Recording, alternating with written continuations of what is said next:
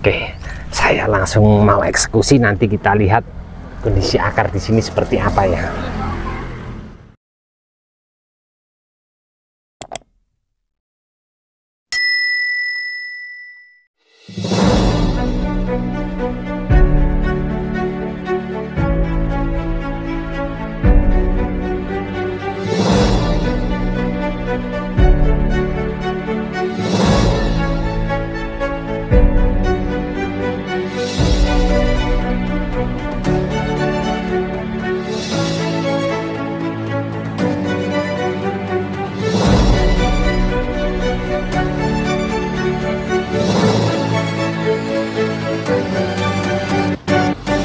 Assalamualaikum warahmatullahi wabarakatuh. Jumpa lagi bersama saya di channel Bonsai Gembong, tentunya di channel Belajar Bonsai Bersama. Oke, sedulur bonsai, mudah-mudahan kita semua selalu diberi kesehatan dan juga dilancarkan rezekinya. Cuaca hari ini sangat lumayan ekstrim, panasnya full. Nah, pada kesempatan kali ini saya mau menampilkan update budidaya bahan bonsai sancang. Saya lakukan cangkok cukup 12 hari, akar sudah keluar. Nah, untuk bahan ini saya lakukan pembungkusan 12 hari yang lalu. Saya ambil video untuk shot. Nah, ini dia tip dan trik seperti apa yang saya nanti mau sampaikan untuk teman-teman, dan sudah ada bahannya di belakang saya. Dua bahan sudah ada di hadapan saya. Ini untuk pembungkusan pakai media tanam kokopit, sama yang ini bareng, tapi lebih duluan tumbuh akar yang ini. Nah, satu tip untuk teman-teman sebelum saya kupas tuntas teknik cara cangkoknya seperti apa agar cepat akar keluar. Sebelum kita lakukan budidaya cangkok, entah ID bahan bonsai apapun, usahakan kondisi di atas daunnya subur tanpa terkena hama, karena itu akan mempengaruhi tingkat pertumbuhan akar di bawah yang kita budidaya cangkok. Nah, sedikit saya mau bercerita untuk kedua bahan ini. Tadi di depan sudah saya sampaikan untuk pembungkusan media tanam kokopitnya bareng, tapi teknik tip cara pengupasannya ini berbeda. Sama-sama 12 hari, tapi ini dengan treatment mundur satu langkah, 1 minggu sebelum saya bungkus. Saya kupas dulu. Setelah 1 minggu saya tunggu, saya cek, saya perhatikan kambium sudah mulai jalan sedikit, walaupun sedikit tapi memutar keseluruhan ke lingkar batang ini. Ini baru saya bungkus. Nah, pas pembungkusan yang di bawah sini saya kupas langsung bungkus. Jadi selang waktu, kalau yang di sini totalnya saya bulatkan 7 hari plus 12 hari, saat ini sekitar 19 sampai 20 hari, 19 hari ya. Nah, kondisi akarnya seperti ini. Nah, jadi untuk teman-teman saya sarankan untuk pencangkokan, kalau pengen bener hasil yang maksimal, cepat tumbuh akar keluar, lakukan treatment seperti yang posisi di atas. Jadi kupas dulu. Saya yakin dalam 1 minggu kambium walaupun sedikit jalan sudah memutar ke keliling batang utama, dengan satu catatan, kondisi di atas seperti tadi sudah saya sampaikan, kondisi di atas subur tanpa terkena hama, itu akan cepat untuk membangun kambium jalan. Dan yang kedua, memang di sini untuk posisi batang utama yang saya cangkok ya, biasa kalau saya batang kecil saya tarik pakai tali rapia, saya luruskan begini.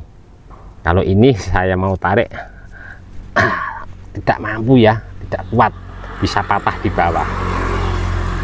Ini mempengaruhi juga untuk tumbuh akar keliling, karena secara logika kalau posisi miring seperti ini, asupan nutrisi yang di atas ini lari ke bawah akan turun ke sini. Jadi akar yang keluar paling cepat di bagian bawah di sini.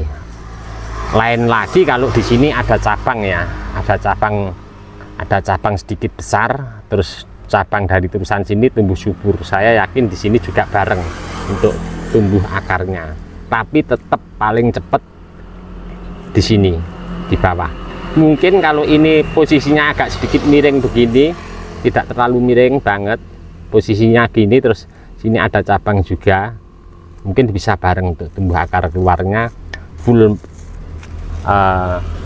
melingkar akarnya. Coba kita cek untuk bahan ini ya, akar yang paling banyak di sini. Saya sering kali untuk berproses dan secara cermat saya teliti ya Pak ya, kondisi akarnya yang posisi kemiringannya di bawah posisinya, akarnya sudah tumbuh lumayan daripada yang di atas ini. Nah, ini langsung saya mau mencoba eksekusi dengan kondisi akar seperti ini, karena saya cek secara teliti beberapa akar di sini ada terlihat 1-2 juga. Nah, insya Allah mudah-mudahan nanti saya eksekusi, saya bongkar ada beberapa akar yang sudah tumbuh. Tapi saya yakin pernah melakukan hal-hal seperti ini juga, sudah ada beberapa akar yang pendek-pendek yang posisinya di atas. Jadi untuk teman-teman saya sarankan ya, untuk kita mau budidaya cangkok entah jenis ID bahan bonsai apapun, usahakan cari batang utama yang kita mau budidaya cangkok itu yang tegak lurus, jangan yang miring. Kalau yang tegak lurus saya yakin tumbuh akarnya bisa keliling memutar, karena di video saya sebelumnya juga pernah saya sampaikan, saya update untuk teman-teman, dan setidaknya kita harus banyak-banyak mencoba. Oke, saya langsung mau eksekusi. Memang di sini batangnya agak sedikit besar dan tanpa ada beberapa cabang di atasnya cangkokan ini. Memang ini sengaja nanti saya mau bikin yang agak besar ya, saya mau bikin indukan lagi. Oke, saya langsung mau eksekusi, nanti kita lihat kondisi akar di sini seperti apa ya.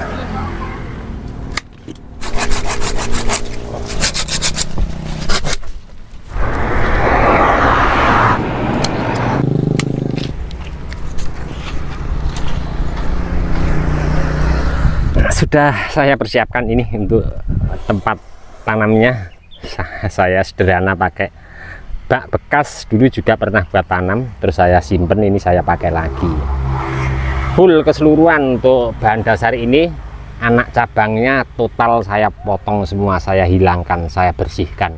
Ini saya sisakan yang paling ujung aja, yang los pucuk. Kenapa saya buang semua anak cabangnya? Saya punya satu alasan, dengan keseimbangan secara logika ya. Jadi untuk akar yang di bawah tadi pas panen akarnya belum full, belum banyak, tapi kita nanti lihat ya seperti apa setelah dibongkar. Dengan akar sedikit terus besar batang sekian, terlalu banyak cabang di atas, keseimbangan untuk asupan suplai nutrisi akar di bawah kurang seimbang tentunya. Biasanya kalau kita biarkan cabang-cabang kita pruning dengan akar sedikit, kita tanam, biasanya akan mati dari anak cabangnya, paling ujungnya turun ke bawah gitu. Nah, makanya saya total hilangkan semua.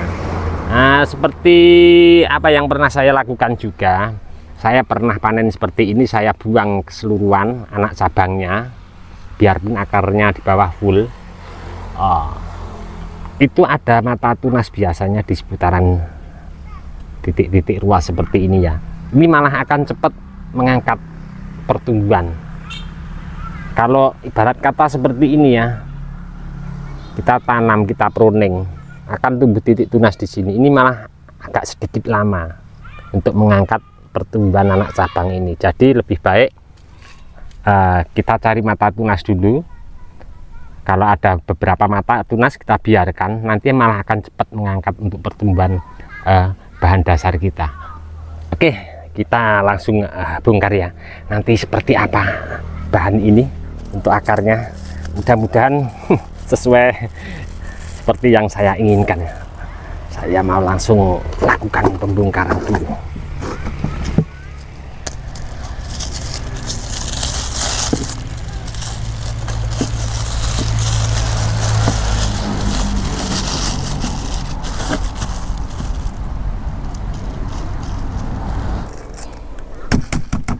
Wah, sudah saya lakukan pembongkaran dan jumlah akarnya sangat minim sekali, bahkan untuk tumbuh akar ada yang di atas ada yang di bawah. Nah, jadi untuk apa yang saya sampaikan di depan tadi, kalau terlalu banyak cabang di atas kita biarkan, walaupun kita pruning dengan jumlah akar sekian, untuk mensuplai asupan nutrisi sangat minim sekali ya, tidak seimbang. Tapi berhubung di sini cabang-cabang di atas full saya buang semua, yang posisi di atas akan saya buang untuk akarnya dikit saja, akan saya maksimalkan sejak dini. Nah, sudah cukup saya biarkan walaupun tidak rata, biar ini nanti untuk mensuplai pertumbuhan pada bahan dasar. Coba kita lihat bahan ini dari sebelah sini ya, kondisi akarnya seperti apa. Orang Jawa biasanya kalau ngomongin masalah seperti ini akarnya gotang, tidak tumbuh sebelah. Nah, ini tadi pas di awal pertama saya sampaikan untuk teman-teman, jadi posisi yang tidak keluar akar ini posisinya miring. Jadi posisi seperti ini yang tumbuh banyak keluar akar yang di sebelah sini, yang di sini tumbuh akarnya terlambat. Nah, ini posisi di atas. Oke, sementara ini tidak akan saya perbanyak untuk pengurangan akar, saya biarkan dulu beberapa akar ini untuk mensuplai pertumbuhan ini. Saya berharap nanti di seputaran sini bisa keluar akar full total. Kalau enggak, nanti kita bisa treatment penambahan akar di sini dengan teknik-teknik. Nanti saya juga banyak belajar juga. Kemarin juga ada temen main ke rumah kemarin malam, bagaimana cara menambah akar baru dengan teknik shock ya. Nah, nanti saya juga belum pernah mencoba, nanti coba saya mau praktekkan ke bahan yang lain bisa apa enggak. Kalau teman saya kemarin cerita sudah ada contoh hasilnya. Ini dia untuk contoh hasilnya yang saya lingkari merah itu. Nah, oke, saya langsung mau mencoba untuk tanam bahan ini, mudah-mudahan nanti tumbuh subur ya. Saya sekalian pemberian tak-taannya. Ini saya pakai karpet, saya lubangi sesuai ukuran untuk tulang tengah. Lakukan penanaman.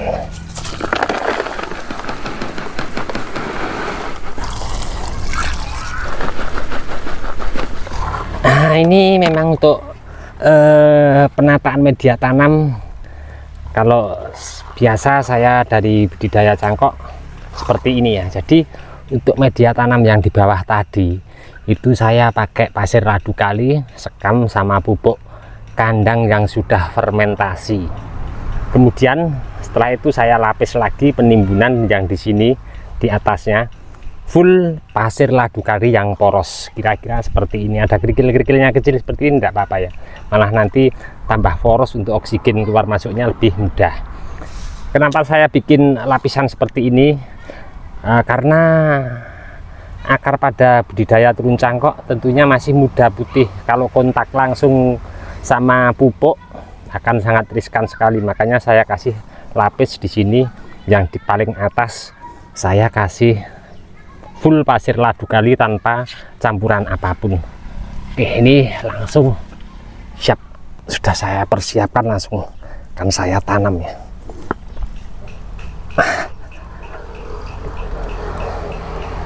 Oke, sudah selesai. Dan untuk penimbunan yang di atasnya sini saya pakai media kokopit ya, untuk merangsang pertumbuhan akar baru yang posisi paling bawah. Ini belum saya kurangi, belum saya seleksi, biar untuk mensuplai dulu pertumbuhan pada bahan dasar. Tapi sementara akan saya kondisikan akarnya, saya tata, akan saya beri kokopit seperti ini, awet lembab yang pertama, yang kedua agar akar nanti bisa tumbuh baru yang saya inginkan, yang posisi pangkal batang paling bawah di bekas kupasan. Nah, kira-kira cukup seperti ini. Nah, untuk penimbunan yang terakhir di atasnya saya pakai full pasir ladu kali.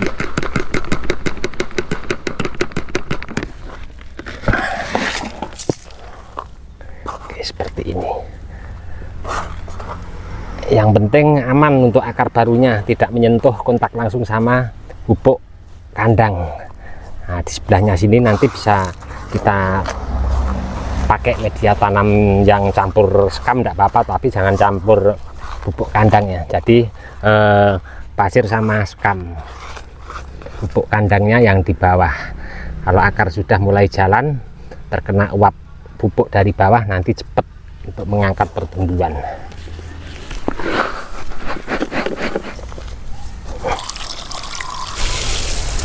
Nah, untuk langkah yang terakhir, di sini saya lakukan pemberian penutup pecahan genteng.